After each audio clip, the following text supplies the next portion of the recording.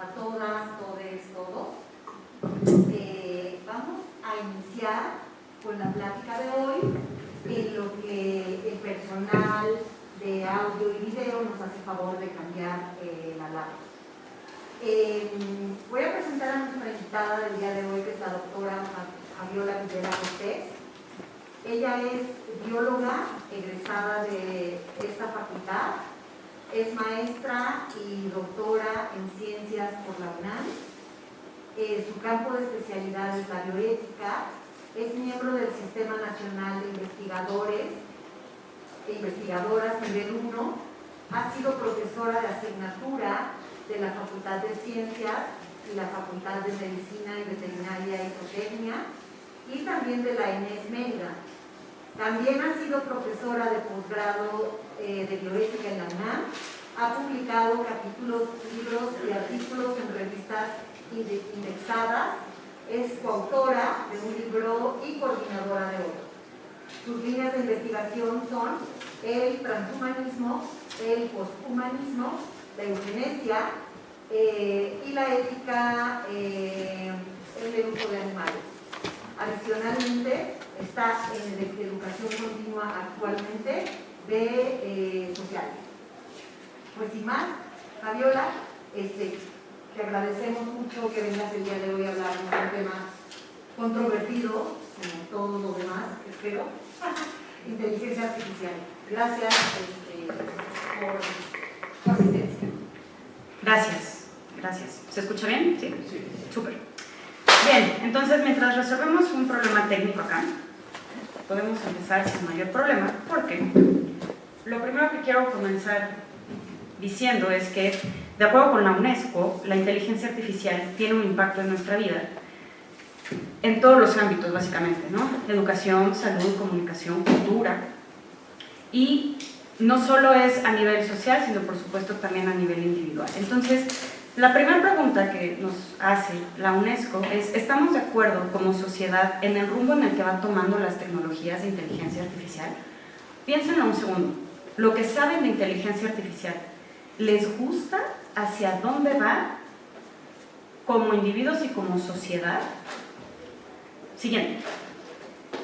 Estos avances nos están llevando a una sociedad en la que queramos y podamos vivir. ¿Puede ayudar la inteligencia artificial a entender o resolver grandes problemas de la humanidad, como la atención a la salud humana o el cambio climático, tal vez? Y de ser posible, ¿le haríamos caso? Entonces, estas preguntas iniciales lo que nos permiten en realidad es pensar en qué tiene que hacer alguien hablándoles de bioética y de inteligencia artificial al mismo tiempo. Y les voy a contar 3 breves historias. Esto va a ser rápido y verán que tiene un sentido real, ¿no? Entonces, imaginen, eres una mujer latinoamericana de clase media. Después de meses de fatiga inexplicable, finalmente tienes una respuesta. Tu médico te da un diagnóstico obtenido con la ayuda de un programa de inteligencia artificial. Tienes una enfermedad autoinmune rara y requiere un tratamiento costoso e invasivo. Sabes que esta es una herramienta revolucionaria que promete diagnósticos rápidos y precisos, analizando grandes cantidades de datos médicos en segundos, pero dudas del diagnóstico. Investigando un poco más, descubres varios estudios recientes que indican que el algoritmo de esta aplicación de inteligencia artificial ha estado entrenado principalmente con datos de personas blancas y de clase social alta. Esto hace que te preguntes, ¿y si la inteligencia artificial se equivoca? Aunque en tu comunidad hay pocos médicos especializados, buscas una segunda opinión. Tienes suerte, y un par de semanas después, el nuevo médico te ofrece un diagnóstico diferente, una condición mucho menos grave, tratable con cambios en tu estado de vida y medicación no invasiva. Te percatas que, si bien la inteligencia artificial había sido una herramienta útil, no era definitiva. Además, te das cuenta que tu autonomía para decidir sobre el tratamiento había quedado en segundo plano, pues la tecnología había sido presentada como una opción válida. ¿Sí? Esa es la historia 1. Historia 2. Ahora imagina que eres un médico veterinario que encuentra trabajo en un laboratorio que se ha convertido en líder mundial en el uso de inteligencia artificial para estudiar y monitorear el comportamiento animal por medio de usos avanzados de algoritmos de inteligencia artificial. capaces de predecir enfermedades y estados emocionales en animales de granja a partir de imágenes y datos biométricos. Te dicen que este sistema ayuda a mejorar el bienestar animal y reducir su sufrimiento. Tú, por supuesto, encantado, trabajas para ese laboratorio. Pero después de varios meses, notas algo inquietante. A pesar de que la inteligencia artificial alerta sobre problemas físicos, como infecciones o dolencias, ves que los animales viven en condiciones que te parecen inhumanas. El contacto humano, el cuidado personalizado y las interacciones compasivas cada vez son menores. Para reducir el estrés de los animales, el algoritmo te recomienda aumentar la dosis de tranquilizantes. Y tú crees que lo mejor es sugerir mejoras en las condiciones de vida. Sabes que el sistema está diseñado para ser eficiente y mantener a los animales en un estado productivo y saludable. El problema es que se ignora el trato que se les da. ¿Estamos realmente mejorando su bienestar o solo estamos haciendo más eficiente la producción? Te preguntas. Historia 3. Lo tuyo es la conservación ambiental.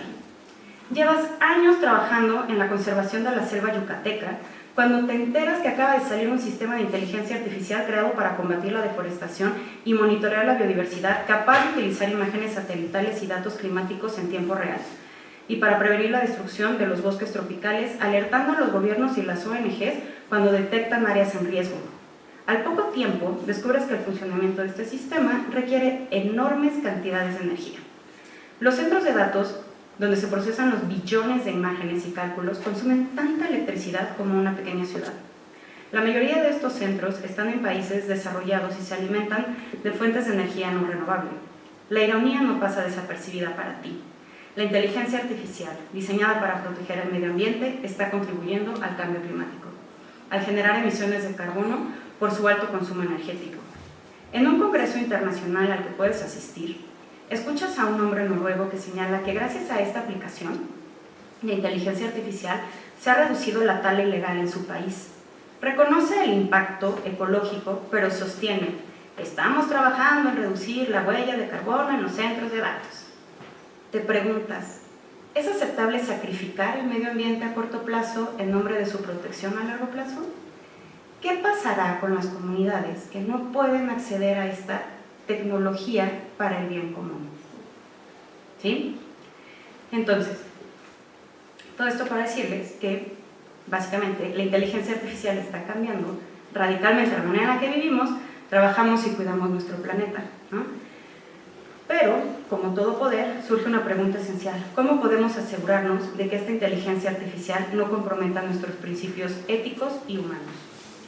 Entonces, bien, principalmente, empecemos con qué es inteligencia artificial, ¿no? O sea, a partir de esto vamos a ir, ¿qué es inteligencia artificial? ¿Qué es bioética? Y vamos a ir retomando cada uno de estos casos que les acabo de contar de manera hipotética, gracias ChatGPT por la redacción de los mismos, ¿verdad? Entonces, bien, seguimos.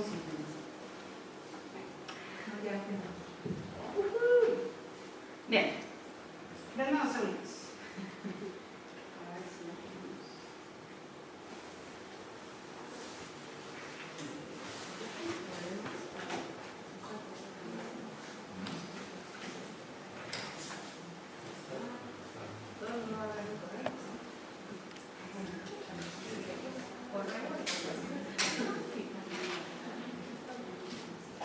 La contraseña no se ve, se ven bonitas.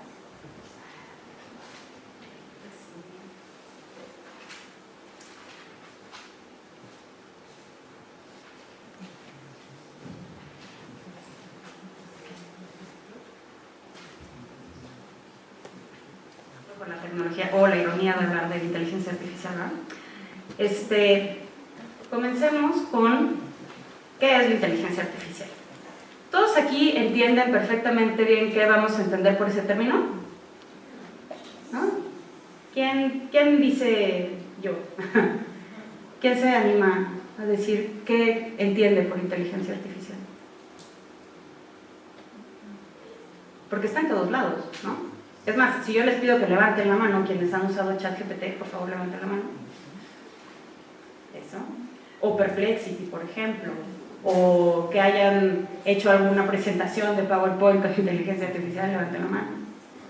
Bien, gracias. Ok, entonces en realidad son pocos. Bien. Vamos a ver si funciona.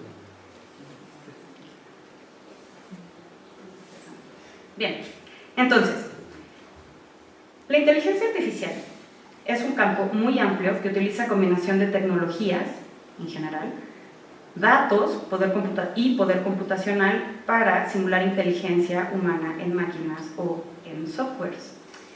Y el objetivo es permitir que estas máquinas o robots o lo que sea realicen tareas que normalmente requieren inteligencia humana, ¿sí? Como el aprendizaje, el razonamiento, la resolución de problemas, la percepción o la comprensión del lenguaje. Hay varias definiciones de inteligencia artificial. Una de ellas, que a mí es de las que más me gusta, es una que da John McCarthy en 2004, en donde la describe como la ciencia e ingeniería de hacer máquinas inteligentes, especialmente programas informáticos inteligentes. Se relaciona con la tarea similar de usar equipos para comprender la inteligencia artificial, la inteligencia humana, pero la inteligencia artificial no tiene que ajustarse a los métodos biológicos observables. Vamos a ver. Entonces, esta inteligencia artificial básicamente va a englobar o presupone que hay detrás de ella campos de aprendizaje, como puede ser aprendizaje automático, aprendizaje profundo, que esto lo vamos a estar encontrando continuamente en la información que tenemos de inteligencia artificial, ¿no? Deep Learning, Machine Learning, todos estos lo hemos escuchado en algún momento o lo hemos visto, ¿no? Gracias. ¿No? Entonces, todos estos sistemas en realidad tienen, insisto, por objetivo que estos programas principalmente nos puedan ayudar a resolver tareas de manera mucho más fácil y puedan estar, digamos, como, o sea, el objetivo es que puedan pensar, insisto, como un ser humano. Ahora bien, aquí voy a hacer una aclaración. Hay 3 niveles de inteligencia artificial. Una es, ¿ya quedó? Sí. No, es que hay que bajar. Bien, una es la inteligencia particular, ¿no? Otra es la general y la otra es la superinteligencia. Ahorita en realidad estamos en inteligencias particulares, son inteligencias capaces de hacer actividades muy breves, ¿no?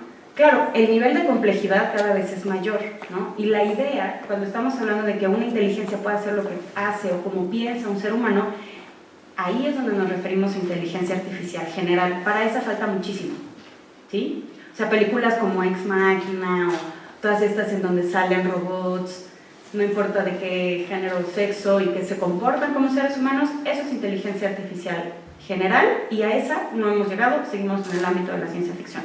Pero todas las demás, insisto, ChatGPT, todos estos programas que estuvieron ayudando en la pandemia a dar soporte psicológico mientras estuvimos todos encerrados, todos esos siguen siendo inteligencias artificiales particulares, ¿no?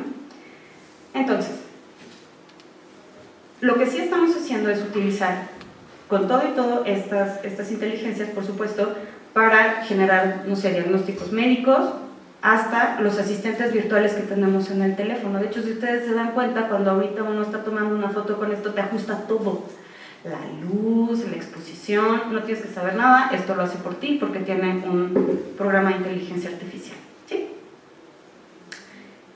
Segundo, ¿qué es la bioética? ¿Sí?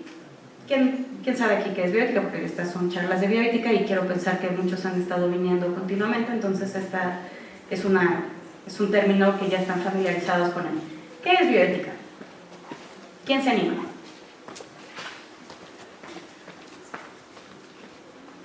¿No?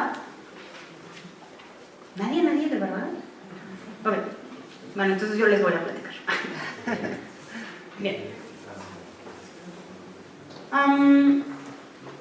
Como saben, la bioética es una disciplina que va acompañada de una metodología muy particular que, a pesar de que el término en realidad viene desde los 30 en Alemania, se hizo muy famoso a partir de los 70 gracias a un oncólogo norteamericano de apellido Potter, y él, en un texto titulado Global Bioethics, señala que la bioética, combinada con diversos conocimientos humanísticos, formando una ciencia que establece un sistema de prioridades médicas y ambientales para una supervivencia aceptable. Básicamente lo que este hombre nos dijo es, nos han enseñado que las ciencias están de este lado, las humanidades están de este lado, y así como lo estamos pensando no vamos a llegar a ningún lado, y lo que necesitamos es trazar puentes entre estos dos grandes grupos disciplinares, y a ese puente le vamos a llamar bioética. ¿Sí? Todo esto tiene que ver precisamente cuando juntamos estas ideas, ¿no? Inteligencia artificial y bioética. Entonces, ¿cuándo? ¿Listo?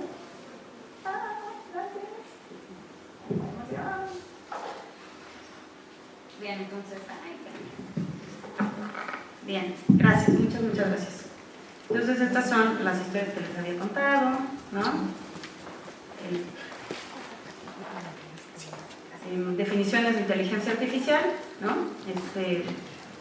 La de McCarthy y la definición de bioética en la que vamos, ¿va?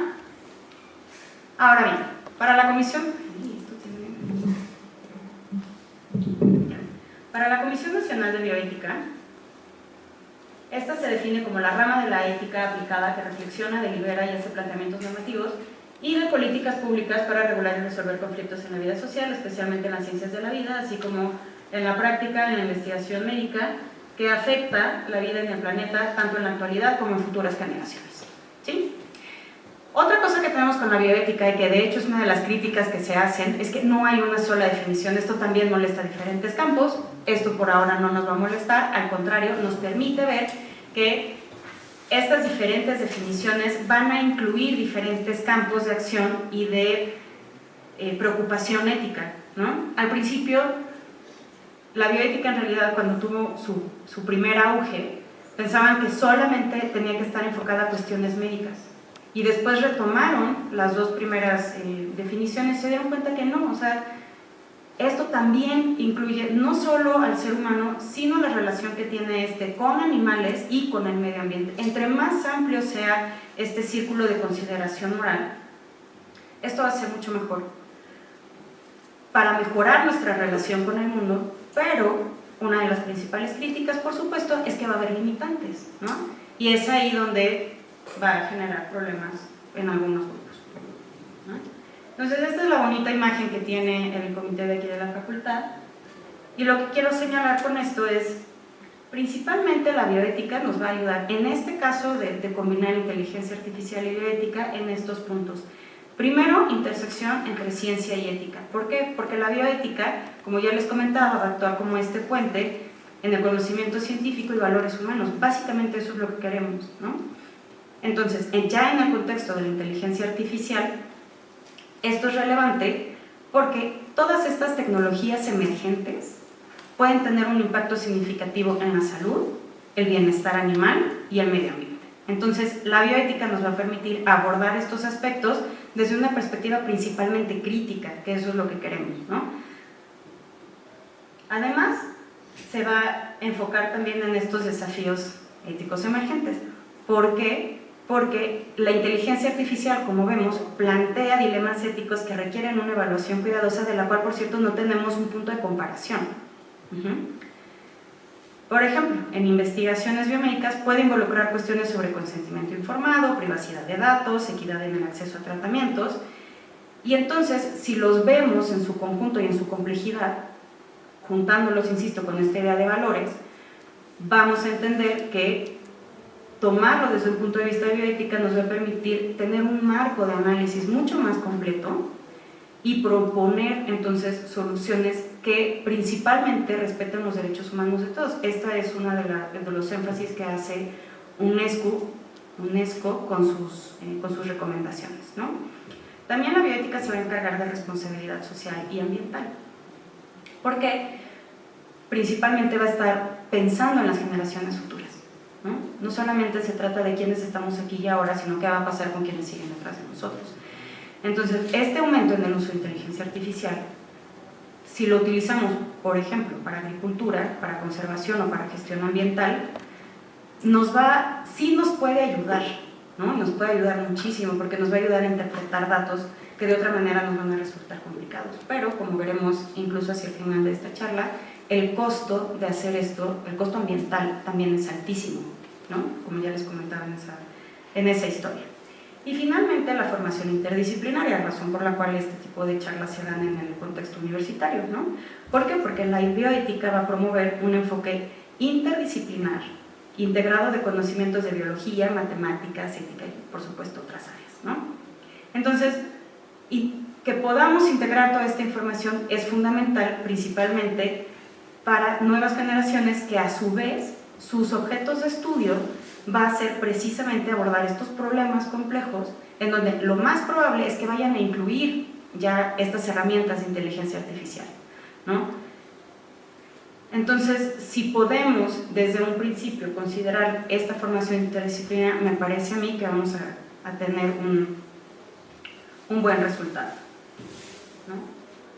Entonces, las características que tiene la bioética, para quienes no estén tan familiarizados con ellas, es que es dilemática. Básicamente nos estamos centrando en dilemas entendidos como estas situaciones en donde podemos estar a favor o en contra de algo y en ninguno de los dos casos vamos a estar completamente tranquilos con esa decisión, ¿no? Siempre va a haber así de, híjole, ¿y si pasara esto? ¿Y si cambiáramos esto? ¿No?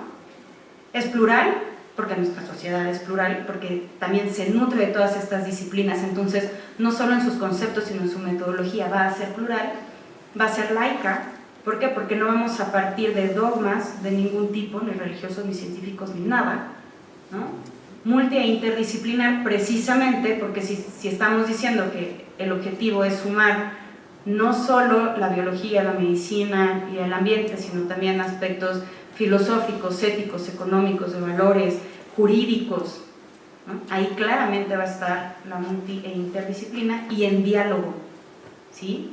Diálogo entendido como esta capacidad en donde uno habla y el otro escucha atentamente y se invierten los papeles. ¿Esto qué nos va a permitir? Pues simplemente también reiterar esta pluralidad, ¿no? ¿Qué es lo que me dicen otras disciplinas? ¿Qué es lo que me va a decir la persona que está en una posición contraria a la mía en estos dilemas? Todo para poder llegar, en el mejor de los casos, a un punto medio. Y si no, por lo menos a tener mínimos que nos permitan seguir avanzando con todo esto. Porque si creemos que hasta que no estemos todos de acuerdo no vamos a avanzar, pues es que entonces no vamos a hacer nada, ¿no? De ahí la ventaja de que podamos tener estas características y poco a poco ir avanzando. Entonces, ¿por qué va a ser importante la bioética en inteligencia artificial? Bien. Antes, aquí permítanme por favor hacer un paréntesis porque vamos a empezar con una cosita técnica de inteligencia artificial y me parece que es muy importante entender cómo funciona la tecnología detrás de estos algoritmos que estamos utilizando, ¿no? Principalmente porque ahí es donde vamos a encontrar que hay desafíos interesantes. Entonces,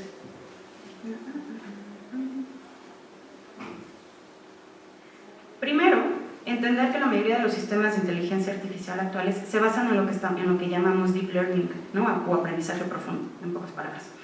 Esto implica el uso de redes neuronales artificiales que se inspiran en el cerebro humano. Básicamente tenemos nodos de información y que queremos que se conecten unos con los otros, ¿no? Estas redes lo que van a hacer es aprender patrones en grandes cantidades de datos. Esto es muy importante porque entre más grandes y variados sean los datos, más precisos van a ser los modelos de inteligencia artificial a los que podamos llegar.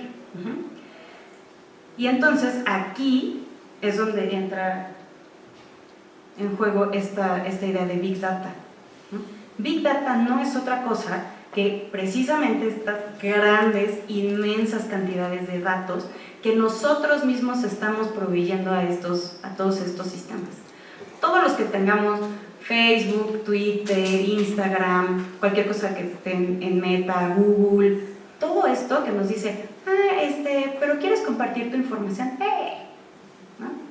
Y ahí estamos compartiendo datos. Ahora, estos pueden ser estructurados, no estructurados o mixtos. Eso ya se lo dejamos a los ingenieros en sistemas. Pero aquí lo interesante es, en algún momento dijeron, bueno, tenemos tantos datos, ¿qué vamos a hacer con eso? Pues empieza a investigarlos. ¿no? ¿Para qué? Para un montón de cosas. Netflix, cuando les dice, esta película te puede interesar, o porque viste tal película, puedes ver esta otra, Spotify, todas esas aplicaciones que empiezan a indicarte, ¿no? Así, pero mira, te puedo dar esto, pero mira, te puedo dar lo otro. Quienes somos un poco más viejos, recordaremos que en su momento YouTube era una cosa maravillosa porque era lo más aleatorio posible, ¿no? Así de repente encontrabas cosas que nunca hubieras llegado a ellas por propio, pero era porque no tenía precisamente esta gran cantidad de datos que te identificaba a ti como un usuario y que entonces te iban llevando de la mano, ¿no? Ahora sí lo tenemos y por eso en muchas ocasiones continuamente estamos encontrando los mismos resultados o las aplicaciones nos avientan exactamente los mismos resultados porque nos tienen súper medidos. Entonces, ¿de dónde vienen estos datos? Ya les dije, nosotros los damos. ¿Qué se hace con esta información? Lo que acabo de comentar. ¿Y quién tiene acceso a ella? Ese es uno de los puntos éticos en el uso de inteligencia artificial que no necesariamente están zanjados, ¿no? Entonces, les digo, todos estos datos se alimentan estas inteligencias artificiales que utilizan técnicas precisamente de conocimiento profundo para reconocer patrones y hacer predicciones. Aquí podemos hacer el ejemplo de ChatGPT. ChatGPT, o Perplexity, o Bing, o como le quieran llamar ahora, o todos ellos, en realidad son modelos grandes de lenguaje, ¿no? Large Language Models, que son capaces de procesar la forma en la que nosotros escribimos o hablamos, principalmente escribimos, ¿no? Y entonces lo que va a hacer es generar respuestas que se parecen en estructura y en tema a lo que nosotros estamos buscando. Esto sí es muy importante porque, como pueden ver, va a depender precisamente de qué información le estamos proveyendo a estos algoritmos, de dónde la van a sacar. O sea, imagínense que solamente tuviera en ChatGPT como base de datos el Quijote, pues es que la información nos la daría en ese término de lenguaje, ¿no? En verbo, en sintaxis, todo como está en el Quijote. Pero si le metemos no solo el Quijote, sino también cosas interesantes como el periódico Al Chile, pues es que ahí ya va a tener cada vez más variedad, ¿no? ¿Cuánta variedad es suficiente para que entonces tengamos una información que podamos tener la tranquilidad de que es representativa, ¿no? Incluso quienes ahorita estén utilizando el ChatGPT, si lo empezaron a usar desde antes, se darán cuenta ahora que probablemente los resultados sean cada vez más acotados. Un poco lo mismo que lo que pasa con YouTube, lo que les decía, ¿no? ¿Por qué? Porque está aprendiendo de lo que nosotros le estamos pidiendo y entonces solamente se está reduciendo. Cosa muy interesante, por cierto. Entonces, bueno, les digo, estos son los modelos grandes de lenguaje, en donde se ve ahí claramente, de un lado vamos a tener estos datos estructurados, texto, voz, en fin. Entran en estos programas de aprendizaje profundo y aquí, en la mayoría de los casos, estamos frente a una caja negra. No sabemos cómo van a llegar a darnos la información que vamos a obtener. Esto es particularmente importante si lo que queremos es tomar decisiones con esto. Si nosotros le pedimos a una inteligencia artificial que de una u otra manera nos ayude a tomar una decisión ética, justo en esa parte donde está el cerebro es donde vamos a tener problemas, porque no sabemos cómo llegan a esas conclusiones, ¿sí? ¿Cuál es la ventaja? Por supuesto que nos van a dar todo lo demás, ¿no? Nos van a permitir extraer información de manera súper puntual, nos van a permitir reconocer objetos, caras, ¿no? Todas estas cosas que nos hacen muy felices. Pero, ¿dónde surgen los problemas? El primero tiene que ver con sesgo algorítmico. ¿Alguien de aquí ha visto ese bonito documental? Se los recomiendo muchísimo. Resulta que este documental va a hacer la historia precisamente de quien lo realiza, que es Joy Boulawini, investigadora del MIT, que ella es afrodescendiente. Y entonces un día, y así empieza el documental, no les estoy spoileando nada más que los primeros 5 minutos, ella lo que quiere es que su espejo, ¿no?, cuando ella se para en las mañanas lagañosa y con pocas ganas de ir a trabajar, su espejo le dé algún tipo de incentivo, ¿no? Entonces dice, claro, así imagínense qué bonito sería tener un espejo en donde te pares frente a él y aparezca, no sé, así un león que te diga, tú puedes, ¿no? Eso te motiva. X. ¿Qué es lo que pasa? Que ella se da cuenta que el espejo ni siquiera la reconoce. O sea, no es que la reconozca como otra persona, simplemente no reconoce su cara.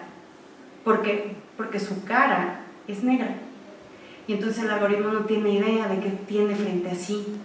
Y a partir de esa anécdota es que ella empieza a revisar qué está pasando con todos estos problemas que tienen estos algoritmos. ¿Quién está dando información a estos algoritmos? Y entonces, lo primero que vemos, insisto, es que vamos a tener estos grandes sesgos que lo que nos van a... O sea, uno de los problemas que tenemos con la inteligencia artificial es que asumimos que es mejor que el juicio humano porque este no tiene prejuicios. ¿De dónde sacamos eso? Es un gran misterio. Si los seres humanos son quienes están dando la información a estos sistemas, por supuesto que se va a ir con sesgos, porque hay un factor humano detrás y eso parece que continuamente se nos olvida cuando hablamos de inteligencia artificial. Hay gente detrás en todo el proceso de inteligencia artificial y en este caso, quienes realizan esos algoritmos, ¿no? Si estamos hablando principalmente de personas blancas de Silicon Valley y empiezan a entrenar estos algoritmos, pues los van a entrenar con sus caras de descendencia noruega y europea, ¿no? ¿Por qué no hay suficientes personas afroamericanas? ¿Por qué no hay personas latinoamericanas? Simplemente porque ahí vamos a encontrar que hay otro sesgo previo, que es estas personas racializadas no están llegando a esos espacios en donde se están realizando estos algoritmos, ¿no? Y entonces ahí va a estar el sesgo. Entonces, por supuesto, cuando la información regrese a nosotros, ahí es donde lo vamos a ver, ¿no? Entonces, muy recomendado este video que hizo Deutsche Welle, la televisora alemana, en donde la idea es presentar si hay una nueva esclavitud impulsada por la inteligencia artificial. ¿Por qué? Porque todo este etiquetado de datos que yo les contaba que están enfocados a generar el Big Data, ¿quién creen que lo hace? Gente.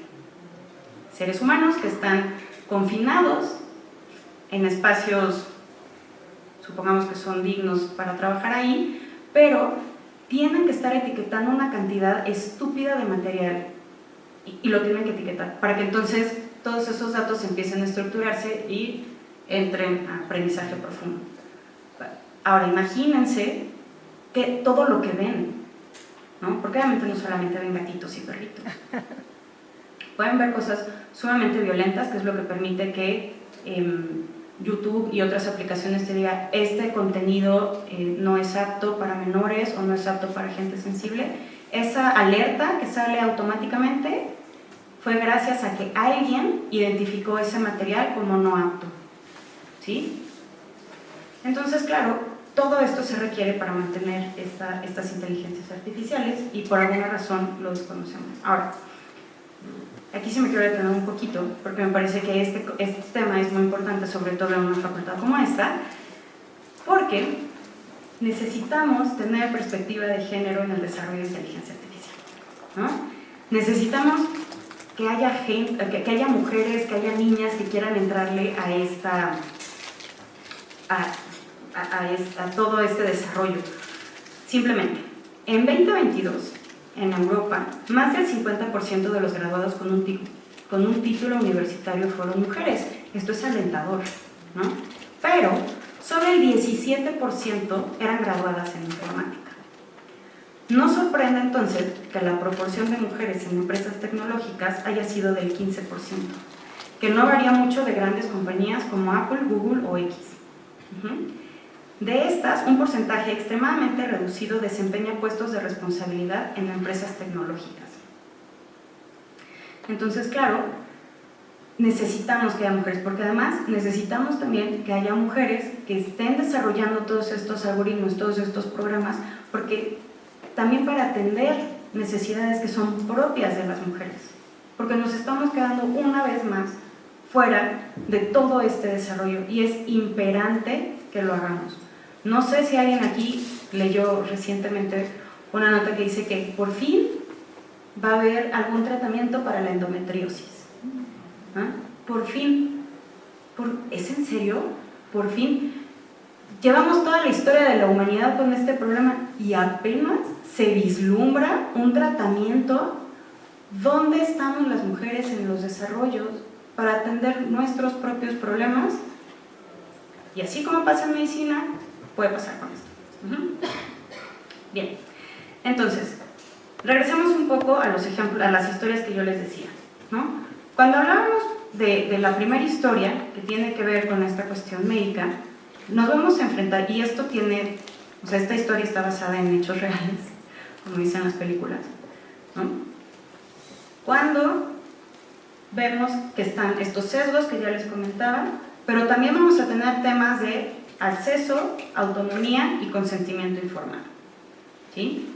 Entonces, de acuerdo con Farhood y Sokey, en un artículo de reciente publicación titulado Ethical Issues of Artificial Intelligence in Medicine and Healthcare, las aplicaciones de inteligencia artificial en el ámbito de la salud han cambiado literalmente el campo médico, y esto lo sabemos, incluyendo imagenología, registros médicos, diagnóstico de laboratorio, tratamiento, mejora de inteligencia, todo, ¿no?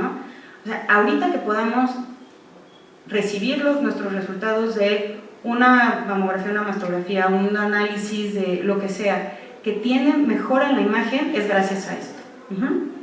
Entonces, por supuesto, esto nos está mejorando la vida, nos está facilitando la vida y lo agradecemos, y sin lugar a duda es algo que queremos que se expanda, ¿sí?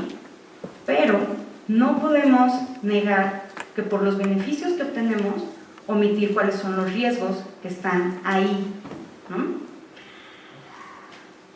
Como les comentaba, entrenar una inteligencia artificial principalmente con datos de personas blancas o de clase alta, que esto sí pasa, ¿no? Porque muchos de estos, o sea, ¿dónde se tiene esta tecnología para este tipo de análisis de datos?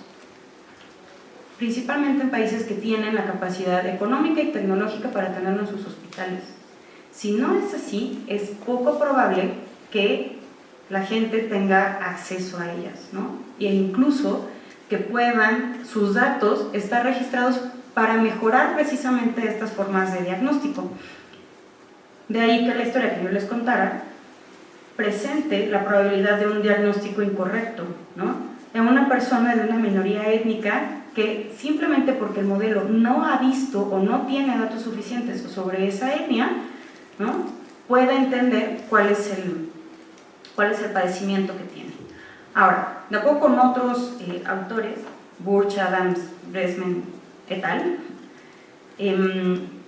la complejidad y opacidad de los algoritmos de inteligencia artificial puede hacer que sea mucho más difícil comprender cómo estos llegan a las decisiones específicas que están tomando, ¿no? Lo que les decía, esa caja negra en donde no sabemos cómo manejan esos datos, pero te van a dar una recomendación, ¿no?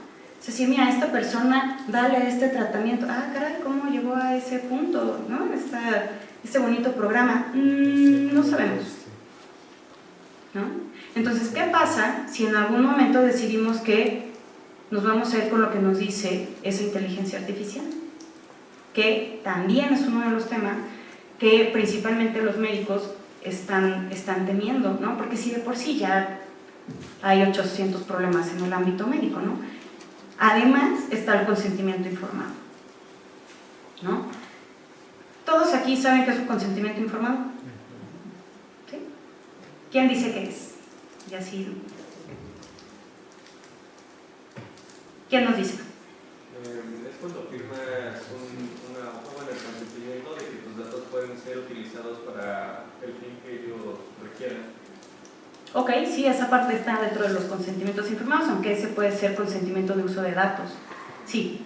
Más que nada es avisarle al paciente qué es lo que vas a hacer con él en todo el proceso y explicarle cuáles son los riesgos implicados en lo que vas a hacer con la persona. Así es. El consentimiento informado es ese proceso, esto tiene que quedar muy claro, es un proceso, no es un documento nada más, ahí tiene que estar involucrado el médico, por eso hago el señalamiento, ¿no? En el que un paciente es informado sobre todo el proceso en el que va a estar involucrado, principalmente que, bueno, riesgos, beneficios, alternativas a un tratamiento o un procedimiento. ¿Y esto por qué? Porque le va a permitir tomar mejores decisiones. O sea, si nosotros somos ese paciente y el médico simplemente llega y nos dice, usted tiene esto y esto es lo que vamos a hacer, dudo que todos aquí digan, está bien, doctor, gracias, ¿no? Pues no, queremos saber, oiga, doctor, no hay otra alternativa, oiga, ¿cuál es el riesgo? Oiga, y me voy a quedar, ¿cómo? Oiga, ¿y si me tomo una cerveza con este tratamiento? ¿No? O sea, queremos preguntarle a alguien. Pero, si automatizamos todo el proceso de consentimiento informado a estas inteligencias artificiales o a lo que nos dice la inteligencia artificial, si bien es cierto que en muchos casos el diagnóstico puede ser acertado, siempre tenemos que considerar aquellos en donde probablemente no, o simplemente, como les decía, esos casos en donde no podemos tener la garantía de que ese diagnóstico es correcto porque no se tienen los suficientes datos de padecimientos diferentes obtenidos de diferentes etnias, ¿no? ¿Qué le sigue a eso? La autonomía del paciente, ¿no? ¿Hasta dónde, también relacionado con el consentimiento informado, un médico tiene que poderle decir a ese paciente, este diagnóstico lo obtuve con ayuda de inteligencia artificial?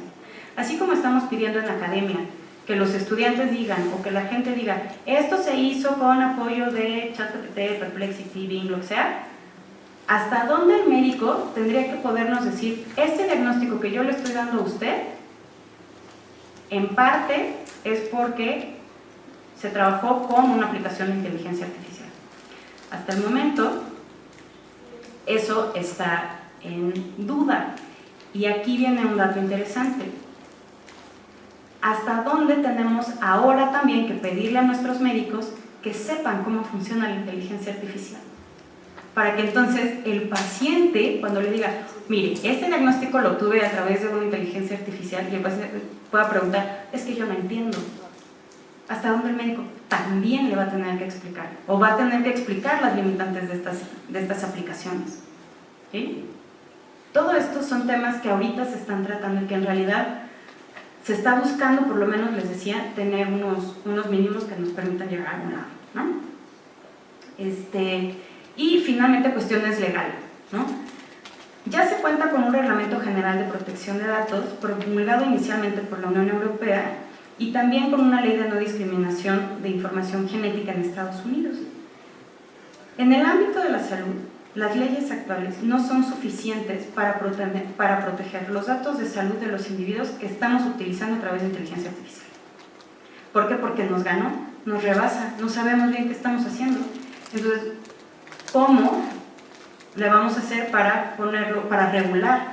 Porque además tenemos que considerar que una cosa es México, otra es Estados Unidos, otra es la Unión Europea. La Unión Europea tiene un problema enorme porque entonces tienen que ir en bloque, ¿no?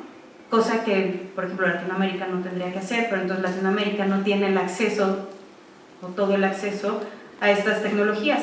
Y esto importa porque de eso va a depender cómo y qué tan detalladas van a ser las normativas que van a regir cada región y cada país respecto a datos e información médica que nos puedan servir en el ámbito biomédico. ¿Sí? La segunda historia que les comentaba, ¿no? Sobre el uso de inteligencia artificial con animales en general, ¿no? Aquí lo que principalmente nos preocupa, o lo que se pretendía plasmar en esa historia, es la tecnificación y la deshumanización en el trato que se le da a los animales, ¿no? Además de esta justificación, entre comillas, del uso de animales para cubrir, entre comillas, necesidades humanas.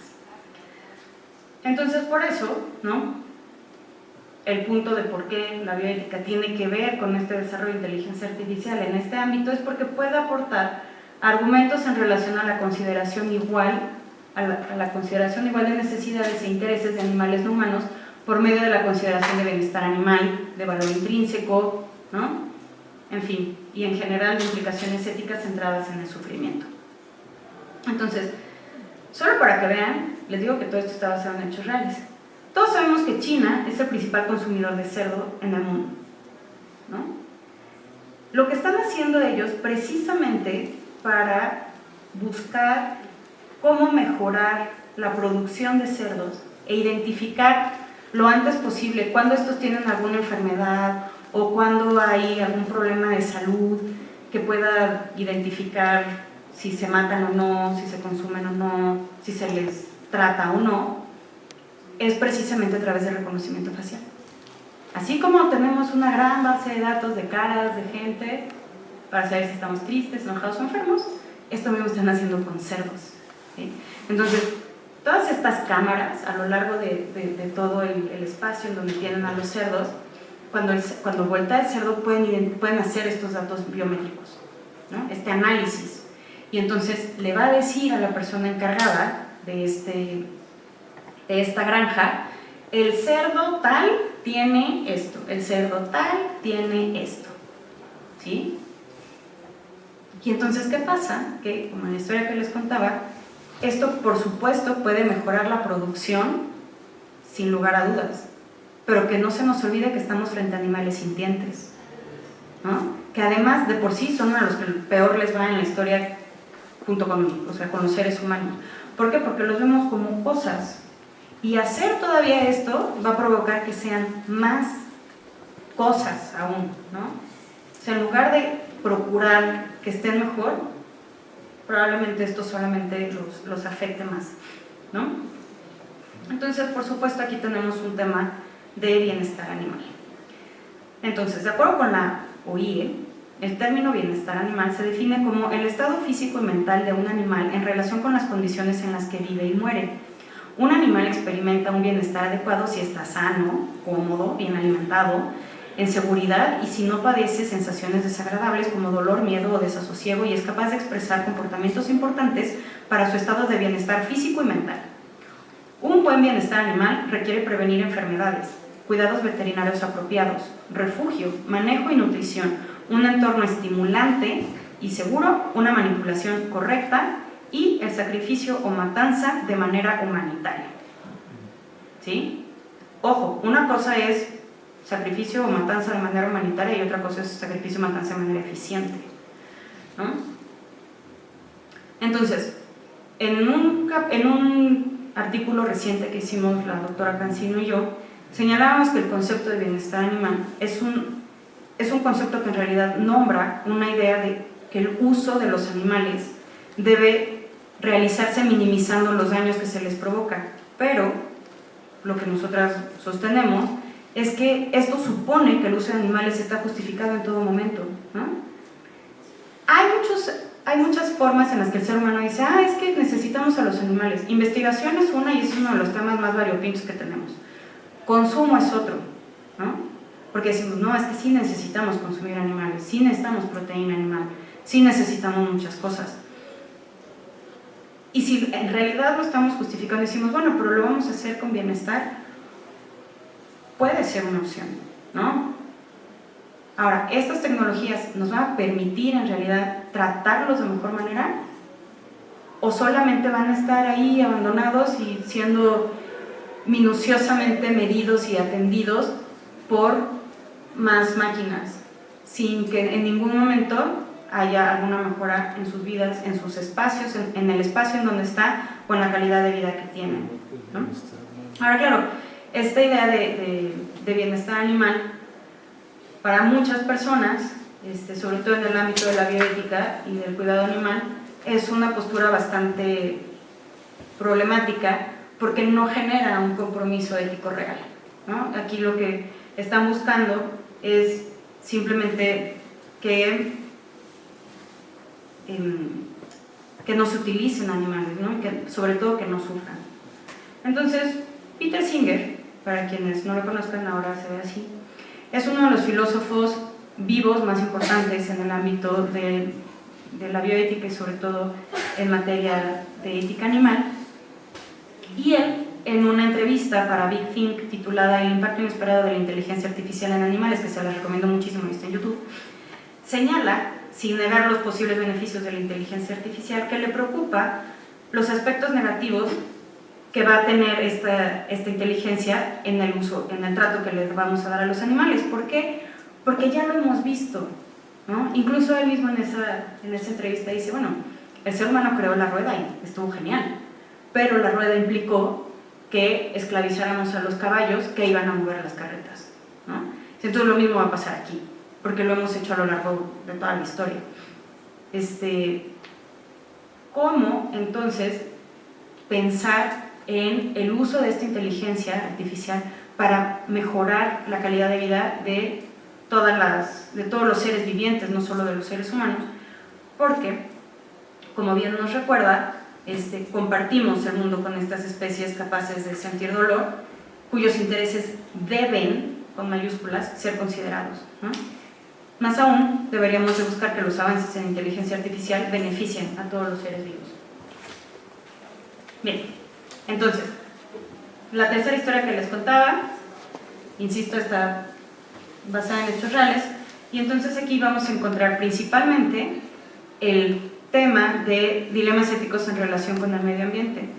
Sí hay muchísimos posibles beneficios. Es más, la UNESCO, en colaboración con el Programa de Naciones Unidas para el Medio Ambiente, otras startups y Microsoft, organizaron en 2021 una conferencia virtual mundial dedicada al tema de la inteligencia artificial para el planeta. Más de 2.200 personas a nivel mundial provenientes de más de 110 países se sumaron al evento digital. Y ahí lo que se señaló es que se estaba trabajando con 9 organizaciones no gubernamentales y muchas empresas que utilizan inteligencia artificial y tecnología de teledetección para mejorar el monitoreo global de emisiones de gases de efecto invernadero. ¿Por qué? Porque estamos viendo que en realidad esto, si lo juntamos con satélites, de verdad nos puede dar un mapeo finísimo. ¿Quién está talando? ¿Dónde está talando? ¿Cómo se están realizando todos estos eventos que de una u otra manera van a alterar el medio ambiente? ¡Qué chulada, qué belleza! Sí, por favor. Pero todo tiene un lado no tan lindo, ¿no? Y en este caso estamos hablando de que los riesgos principalmente se relacionan con huella de carbono. La inteligencia artificial genera una huella de carbono impresionante, ¿no? Según la revista Wired, recientemente, un estudio realizado por la Universidad de Colorado, Riverside y la Universidad de Texas en Arlington calculó que ahora que ChatGPT superó los 100 millones de usuarios activos mensualmente, el consumo de agua al mes del desarrollo basado en inteligencia artificial para cumplir procesos es de alrededor de 50 millones de litros de agua. 50 millones de litros de agua al mes. En un mundo en el que tenemos una crisis hídrica sin precedentes. Y además no puede ser cualquier agua. Es agua dulce y el 90% es agua potable. ¡Tadán! ¿No? Entonces, la investigación detalla que garantizar el correcto funcionamiento de los modelos y desarrollos de ChatGPT 3 y 4 también supone el uso de una gran cantidad de agua dulce. Ahora, de acuerdo con la revista Cámara, Periodismo Legislativo, uno de los principales daños ambientales que la utilización de la inteligencia artificial conlleva es el alto consumo de energía que estas tecnologías emplean para funcionar. Porque además podrán imaginarse que no se sirven de tecnologías limpias. No es como que estén al lado de así hectáreas completas de paneles solares o que estén al lado de una presa. No. Es energía que a su vez ya genera mucho impacto en el medio ambiente, ¿no? Entonces, todo esto es preocupante y sobre todo la ejecución de los algoritmos para que la ejecución de los algoritmos se dé es necesaria la existencia de servidores y centros de datos físicos que, insisto, consumen esta gran cantidad de energía. Si no los han visto, por favor googleenlos, es fantástico, porque son así, uno no da crédito. Entonces, metros y metros y metros y metros y metros de servidores, todos conectados, todos encendidos, que si alguno de ustedes ha tenido una computadora en su casa, saben que tienen que mantener en ciertas condiciones para que funcione bien, ¿no? Ahora imagínense tener todo esto. Bueno, entre el aire acondicionado, el agua y la cantidad de energía que requiere es tremendo. Y en ese mismo artículo se cita que en el año 2020 el mercado de las tecnologías de la información fue el ámbito que desperdició alrededor del 3 y 4% de las emisiones de dióxido de carbono en el mundo. Solo para darnos una idea. Ahora,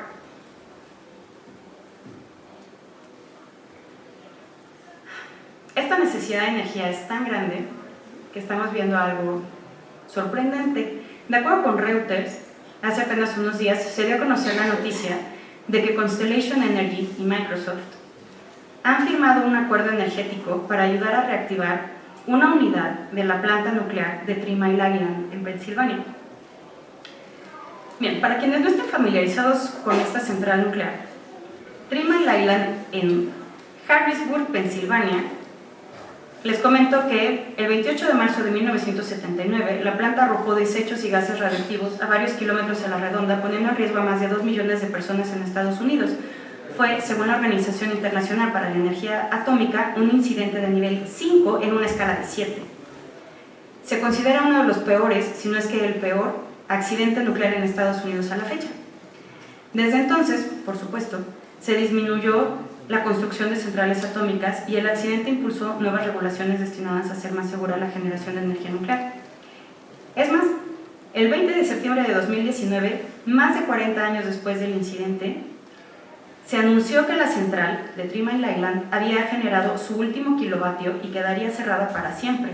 Sin embargo, la necesidad de mantener funcionando los centros de datos ha demostrado ser mucho más importante, tanto que están dispuestos a volver a abrir esta central.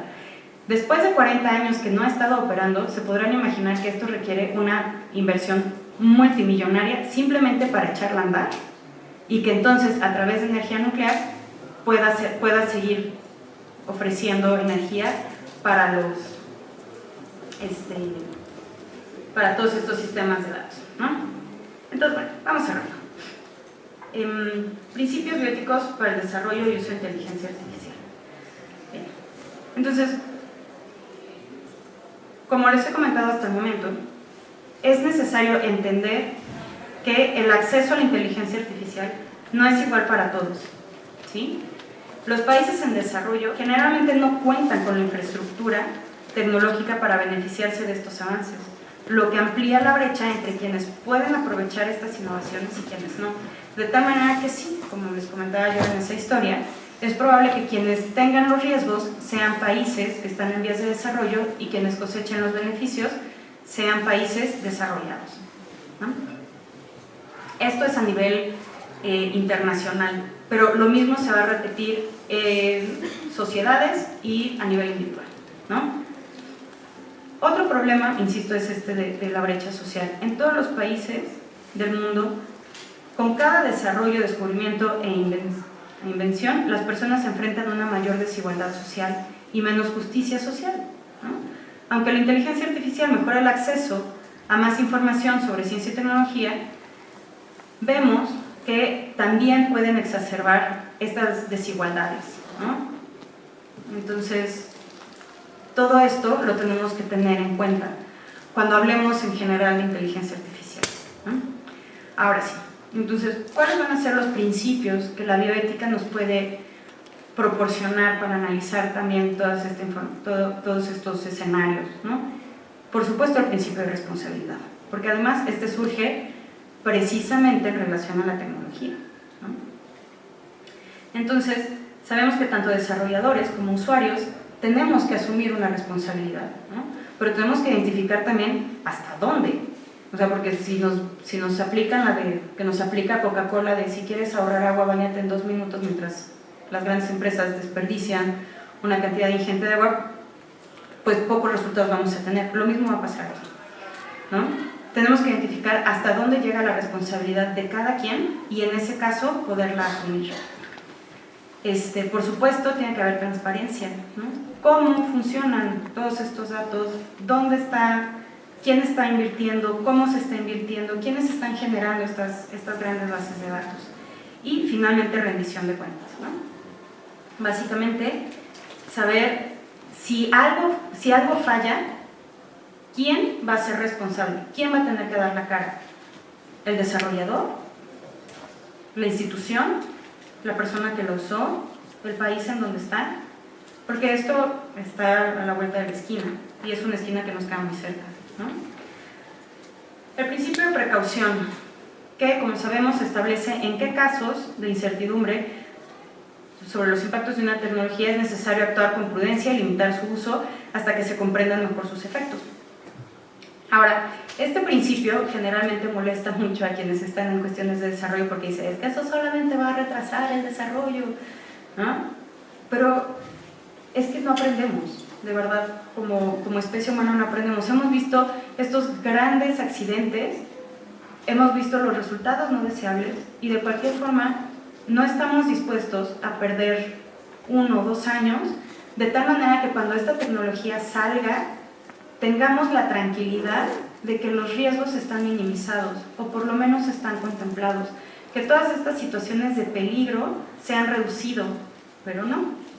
Queremos y aplaudimos que todos estos desarrollos se realicen de manera rápida y eficiente, ¿no? Entonces, por supuesto, muchas aplicaciones de la inteligencia artificial son complejas y su impacto a largo plazo aún no se conoce.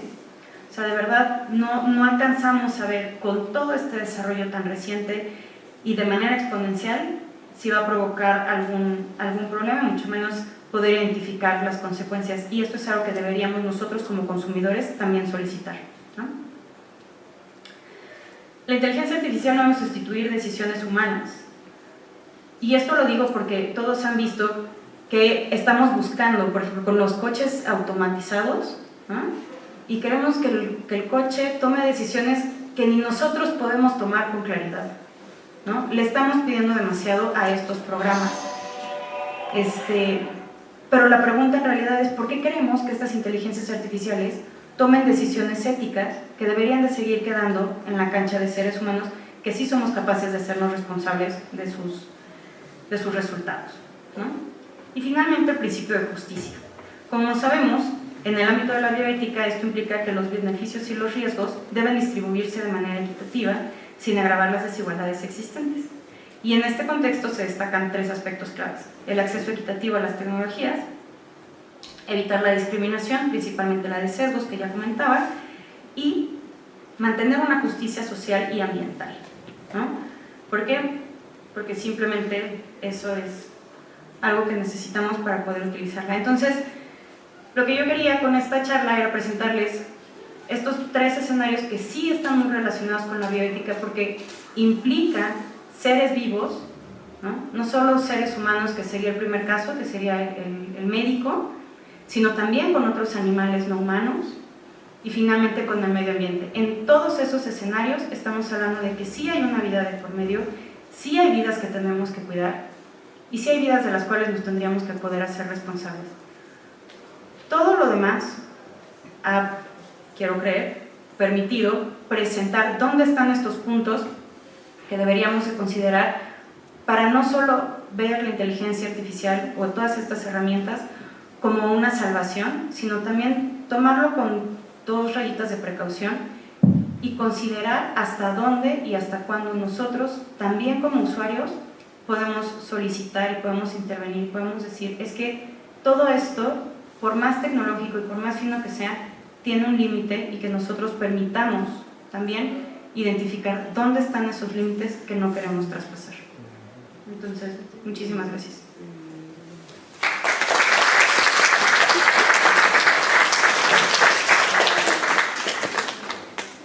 Si alguien desea preguntar o comentar algo sobre el tema, si nos hace favor de levantar la mano para que les llevemos el micrófono.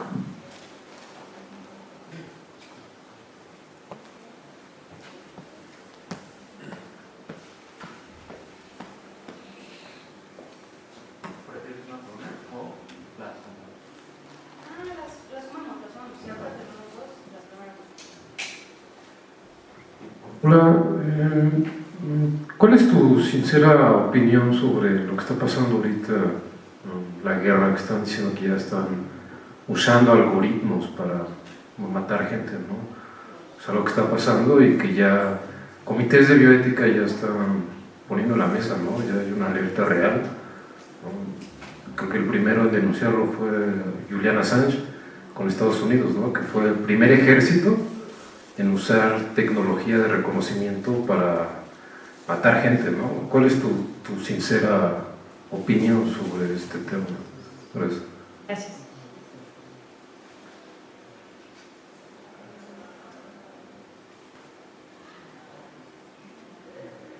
Mi pregunta es, desde el software libre, ¿cuál sería la mejor manera de proteger nuestros datos?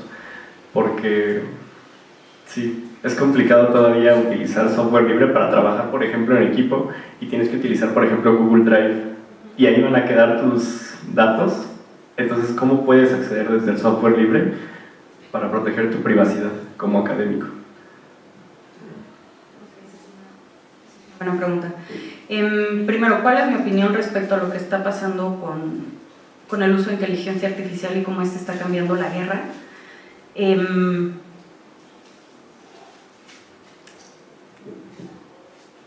Si pensamos en el uso de estas tecnologías para eficientar, si es lo único que nos importa, sería algo que uno podría pensar, qué bueno que lo están implementando. ¿Por qué? Porque entonces, en lugar de bombardear una ciudad completa, y esta es la mentira que dicen, van a ser objetivos precisos y los daños colaterales se van a reducir muchísimo. ¿Cierto o falso? Eso es lo que dicen de por qué usarla. Lamentablemente la realidad nos demuestra que eso no es así, ¿no?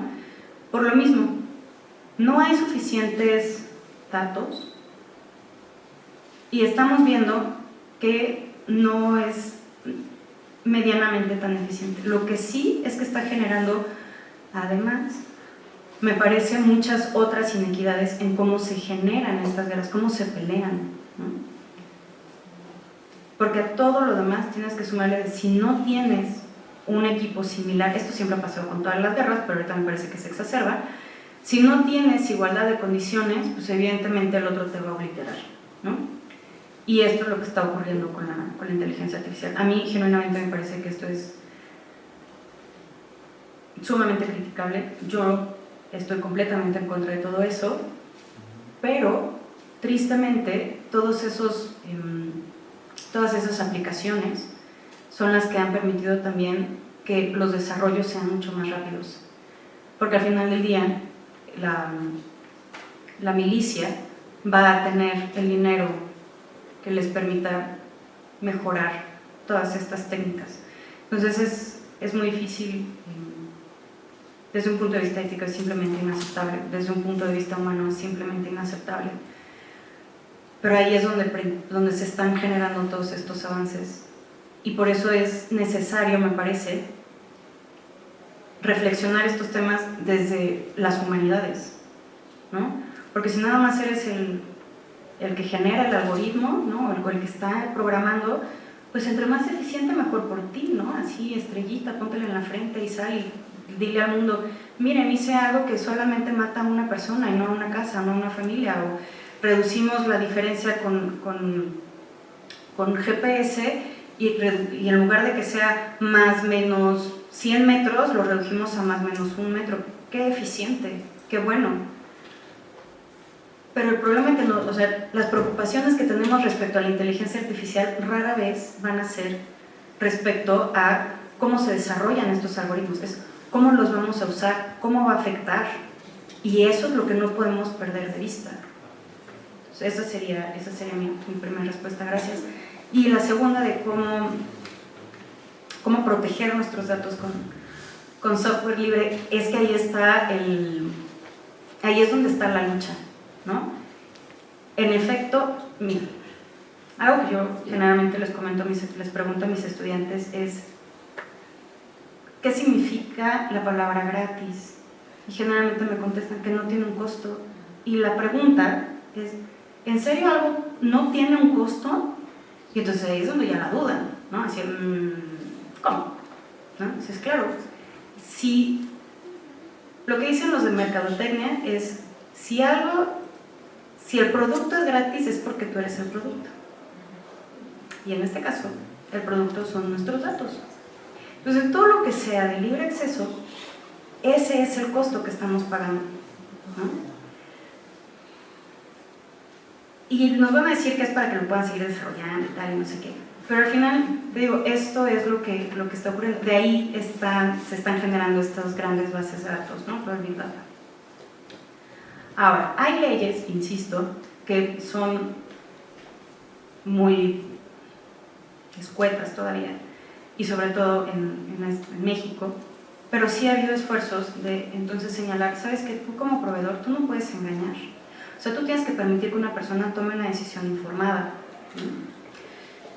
Y sí hay ciertos apartados en donde tú puedes delimitar cómo se utiliza esa información, ¿no? Por ejemplo, en el caso de México, que está la ley ARCO, ¿no? Y la otra sobre información de datos personales.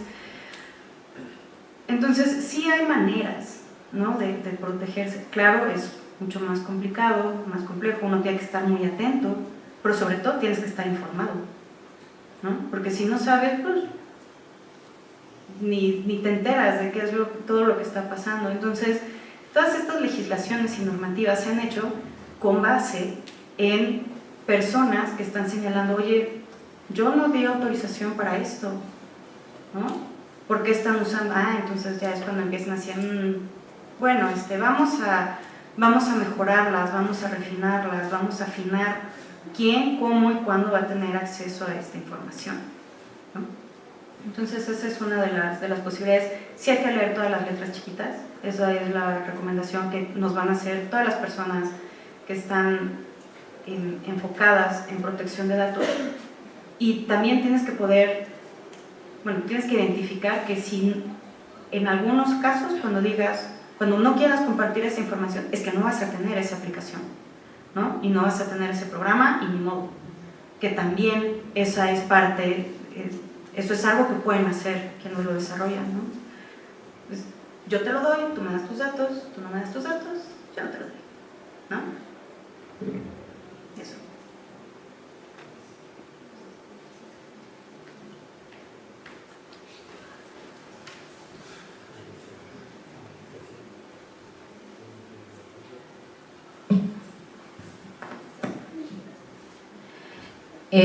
Bueno, me encantó tu plática, gracias. Justo llevé hace unas semanas un curso de inteligencia artificial donde el maestro pues nos la presentaba como maravillosa, y a mí me parece que es maravilloso los avances que pueden representar, ¿no? Y justo por la parte de los datos me quedé pensando cuando nos platicabas del caso de la mujer que fue diagnosticada erróneamente a través de la IA hasta que encontró a alguien que conocía como más profundo toda la parte de los padecimientos de su etnia. Y entonces nos enfrentamos a una disyuntiva, porque si el doctor hubiera tenido más datos de gente con esas características, probablemente el diagnóstico hubiera sido mucho más acertado, ¿no? Pero luego estamos en el rollo de no queremos que estén nuestros datos en todas partes, ¿no? Pero si eso ayuda a tener esas cosas, a construir esos beneficios, ¿cómo lidiamos con eso, no? Si yo estuviera como otra paciente que finalmente me encontraron con ese mismo padecimiento, yo diría, sí, claro, compártelo, porque así muchas mujeres van a ser más rápidamente diagnosticadas.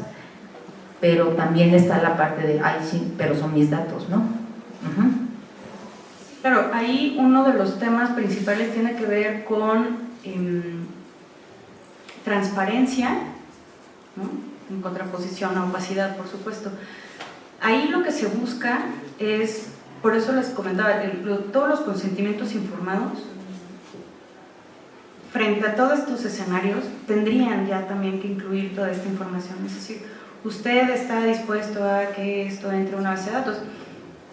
¿Por qué probablemente no los estemos viendo todavía en México? Porque por ejemplo, los expedientes no están en una base de México, ¿no?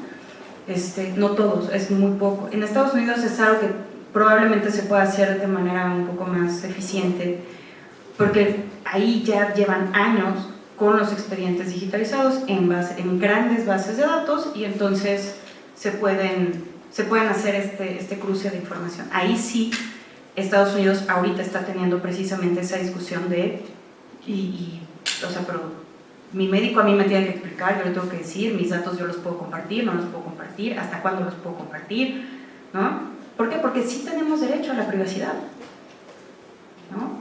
Entonces yo perfectamente puedo decir, ¿sabes qué? No, o sea, no quiero, ni modo, ¿no? Pero son problemas que se van entrelazando y se van sumando. Si tienes poca tecnología, si tienes poco acceso, y además la forma en la que se comparte esa información es opaca, pues es que tenemos todo para dudar, ¿no?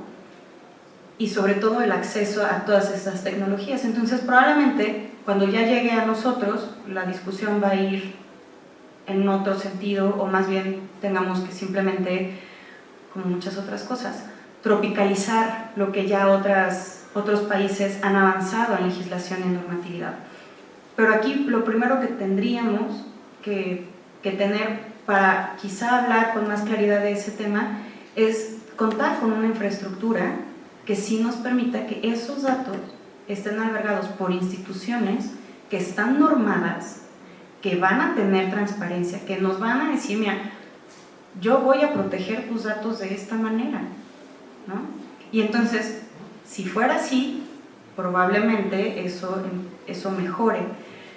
Pero digamos, por eso les digo, es un problema muy complejo que se puede ver a niveles, ¿no? O sea, no es lo mismo un país que sí tiene completo acceso a estas tecnologías y las está desarrollando de uno que no tanto. Y entonces ahí, ¿cómo vas a lograr mediar? ¿Cómo vas a invitar a las personas de otro país a que participen en este proyecto? ¿Cómo vas a cuidar? ¿Cómo incluso cuando los dos países ya por fin tengan una normatividad, cómo vas a hacer que estas funcionen, ¿no? Que básicamente es el problema que tenemos con toda la investigación biomédica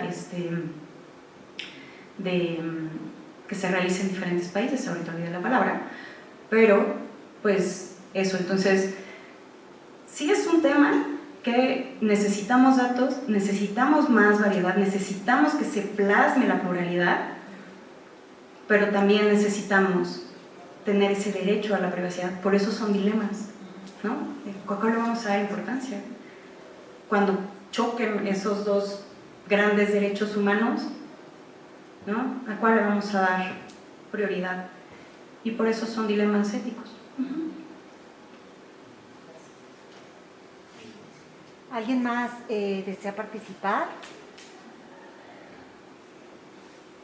Bueno, yo. Primero, adelante.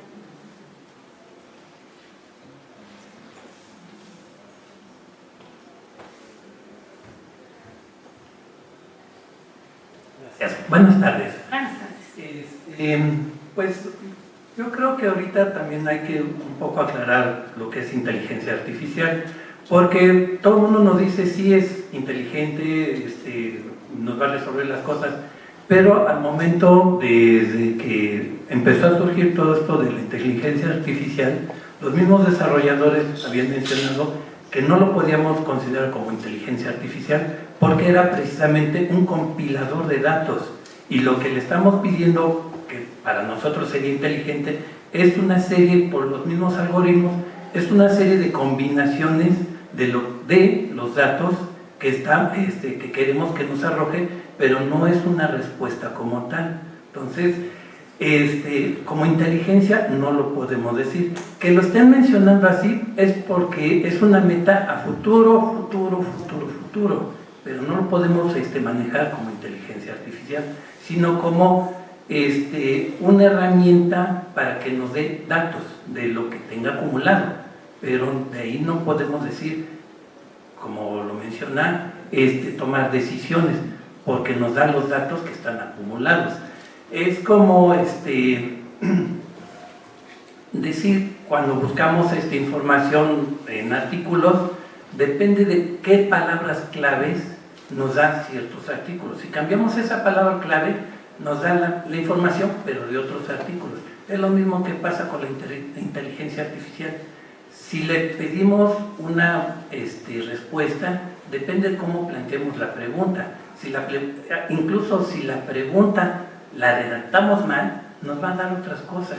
Entonces, en esa parte sí hay que tener mucho cuidado y entender que no es inteligencia artificial, es un compilador de datos que a futuro se va a ir desarrollando con todas estas polémicas, cuestiones éticas que se han estado planteando, cómo irlas resolviendo a futuro, pero siguen en la mesa. O sea, muchos están en contra de la inteligencia artificial precisamente por las respuestas que está dando, pero son respuestas que tú esperarías que fueran respuestas inteligentes, y sabemos de un inicio que no son respuestas inteligentes, son respuestas de datos, que nosotros tenemos que tener la capacidad de decir, ¿son datos adecuados?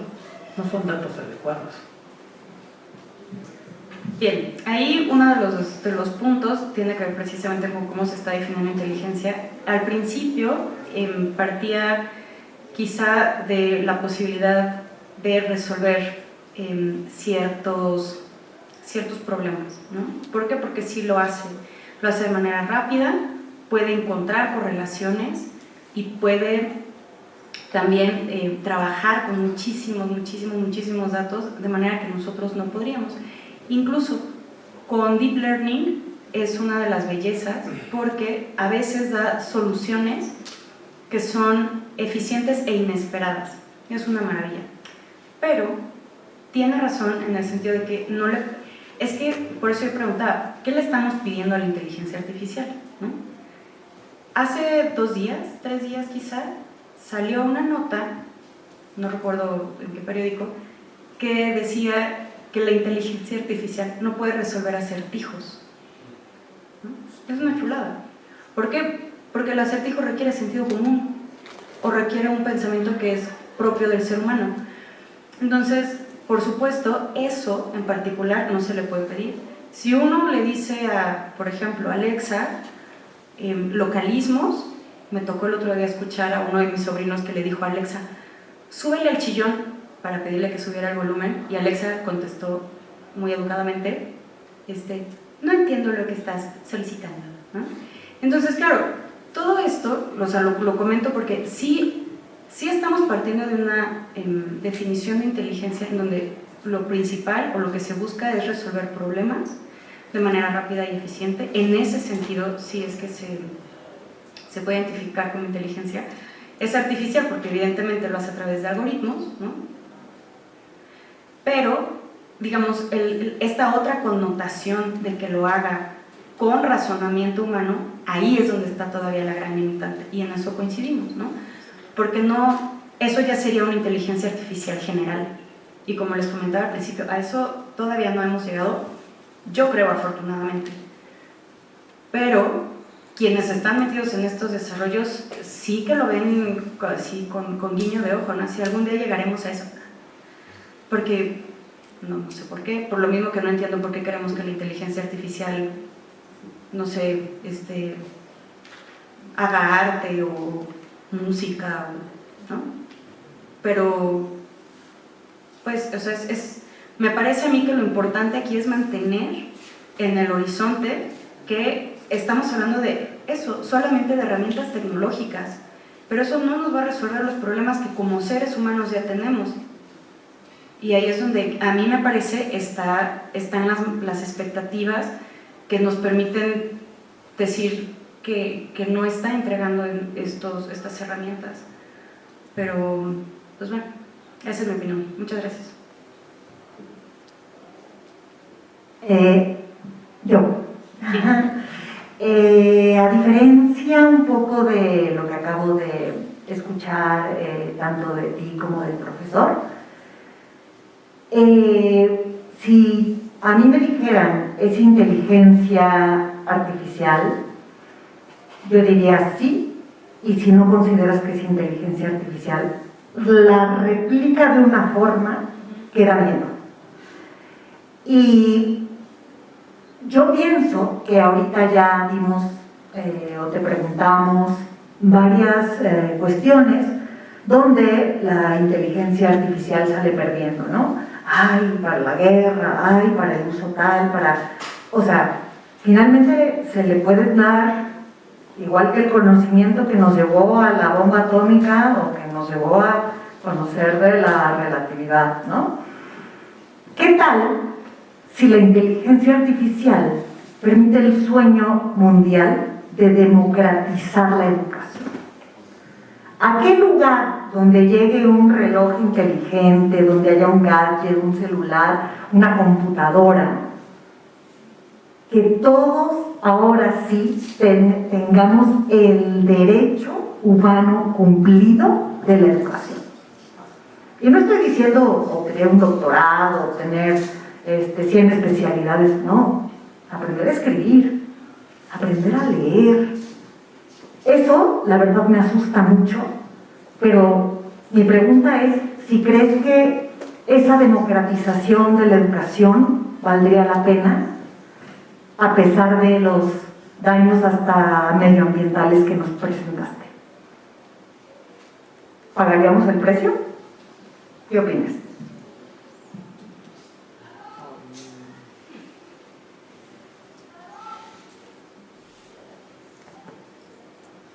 Yo estoy del lado de que tenemos, o sea, sin medio ambiente no hay ninguna otra batalla, ¿sabes? O sea, si nos echamos, sí, o sea, si nos echamos todo nuestro medio ambiente, o sea, ¿qué? ¿No? A mí me parece que ese es el punto de no retorno, a mí como bióloga me parece que ahí es el punto de inflexión en donde dices no. O sea, si va a costar el medio ambiente, no lo vale. Si de por sí así nos lo estamos echando con cuanta tontería, ¿no? Ahora con eso, por una propuesta de educación para todos, es que el problema con la tecnología es que promete tanto, ¿no?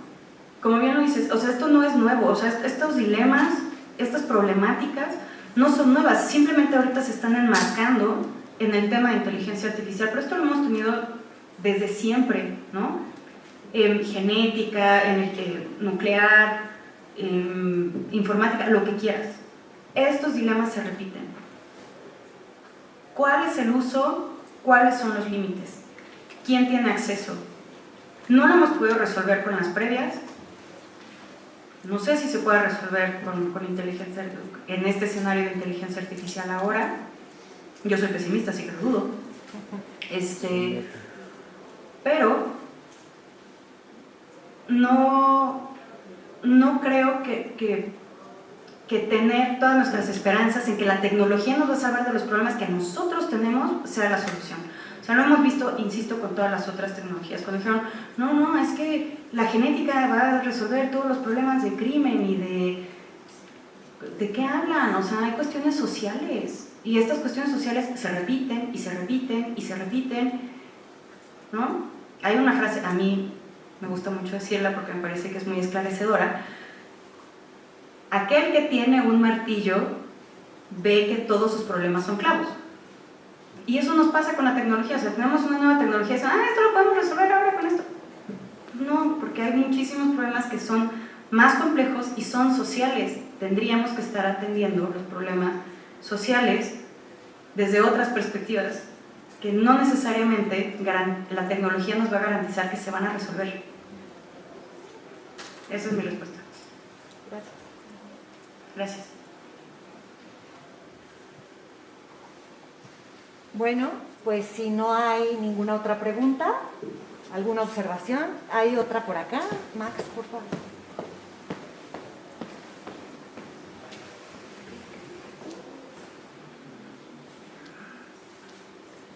La pregunta anterior que te dije viene de una discusión que tuve con mi roomie, porque él es una persona loquita de Linux y la verdad es que yo lo apoyo muchísimo. Y tenemos discusiones muy interesantes. Y otra que tuvimos fue que si tú... Bueno, te voy a decir la pregunta. La pregunta es, ¿crees que la inteligencia artificial, ahora que tenemos un acceso más mundial a ella, por ejemplo ChatGPT,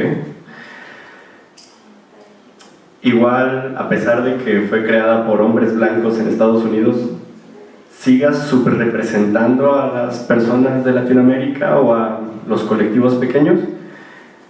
Esto viene justamente por las inteligencias artificiales justamente subrepresentan a las personas en base a que hay respuestas que son más comunes. Pero ahora que tenemos un acceso más mundial, ¿crees que eso siga pasando todavía? Sí, claro, porque lo vimos con la pandemia. Creemos, o nos han hecho creer, que todo el mundo tiene acceso a la tecnología.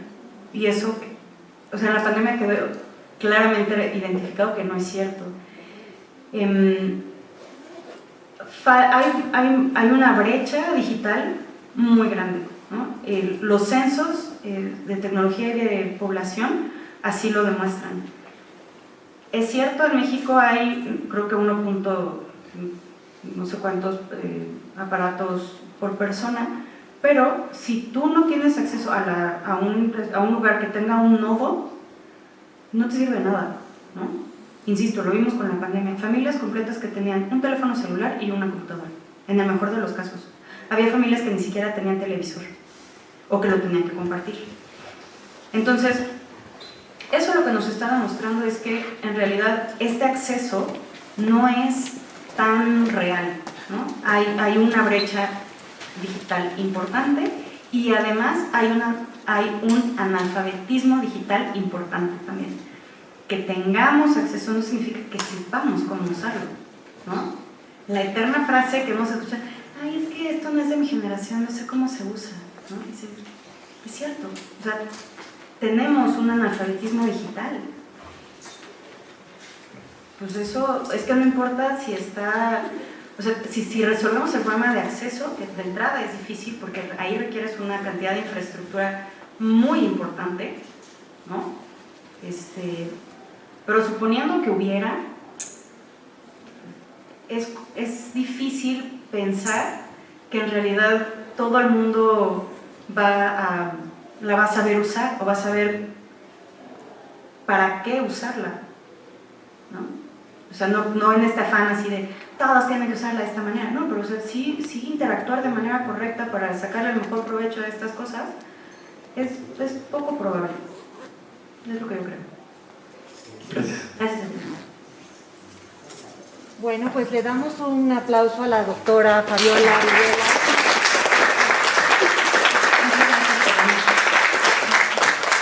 Y nos vemos en un mes aproximadamente. Muchas gracias por venir.